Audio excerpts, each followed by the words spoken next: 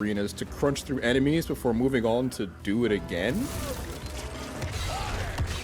They don't make them like this anymore, and a game like this really makes me wish they did.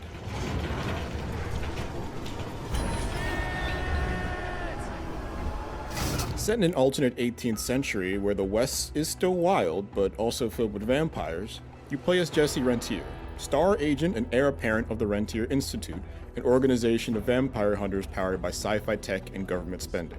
As the tough-as-nails man on the ground, you're the go-to for when a dirty job needs doing. I'm gonna take it for a test drive. In the demo level I played, that job was recovering missing technology in a snowy mine.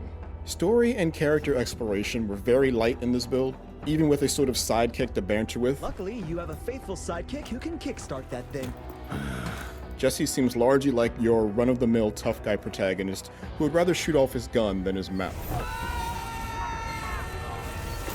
Meanwhile, much of the setting is cool on the surface. The Nikola Tesla-inspired electropunk tech is gaudy and over-designed in a way that attracts more than repulses.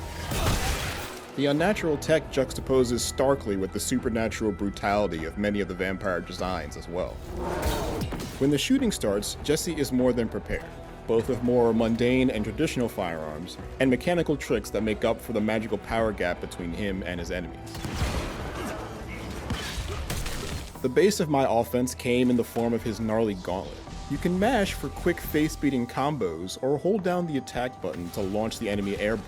Follow it up with a diving punch, or quickly draw your pistol and fill them full of holes before they drop. Making these decisions on the fly is a cinch because every weapon is on its own dedicated button or happens in its own specific scenario. For example, if I want to fire the pistol, I press the shoot button. If I want to hit longer range targets with my rifle, I aim while shooting. The Rentier Institute provides you with some other gadgets as well. Your energy shield isn't the kind you hide behind to absorb attacks for you, but if you time it correctly, any enemy that attempts to touch you gets sent into high voltage seizures, leaving them open for big damage. The crippling rod can do the same, but to a whole slew of enemies at once. Outside of being flashy, all of your tools feel like they are tailor-made for specific situations, and none feel like they are made irrelevant or redundant when compared to the others. There looks to be a ton of ways to upgrade and personalize your tools around your preferred playstyle. You can add more functionality to your weapons, like being able to get bullets spent shooting weak spots on monsters refunded, or you can add more character-focused perks that give you new abilities or alter and extend the ones you already have. Standard skill tree stuff at first glance, but when you start seeing these knock-on effects add up, Jesse really starts becoming the kind of one-man army they present him to be. Finally, these vampires here aren't your Bela Lugosi Draculas.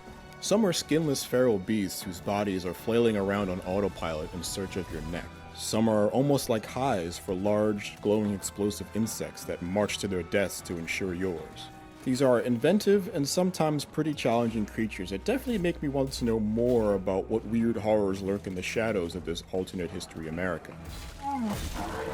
The linearity of the stage I played was counterbalanced fairly well by the amount of nooks and crannies that were scattered around to find consumable items, money, or other collectibles. I wasn't particularly moved to search every inch of the stage in this demo, but I can see the more OCD gamer having plenty of boxes to check in a full release. Such straightforward design may seem out of step with today's forever games, but I really appreciated the focus on making the elements you can interact with feel vibrant and intentional. No, I can't see the mountain in the background and climb it, but each encounter feels handmade to create a specific sort of challenge, making it feel more like a deliberate puzzle than a happy accident. Can't anything be simple here? The small demo time I got with Evil West left me thirsty for more Old West vampire hunting. In a year that somehow finds 3 notable games set in a dark and haunted Wild West, Flying Wild Hogs remains unique not just among its setting counterparts, but its genre contemporaries. Action is easy to get your head around quickly, but reveals new layers of depth and strategy with every new powerful upgrade, bizarre tool, and fanged foe. For more on Evil West, check out the last 2 gameplay trailers.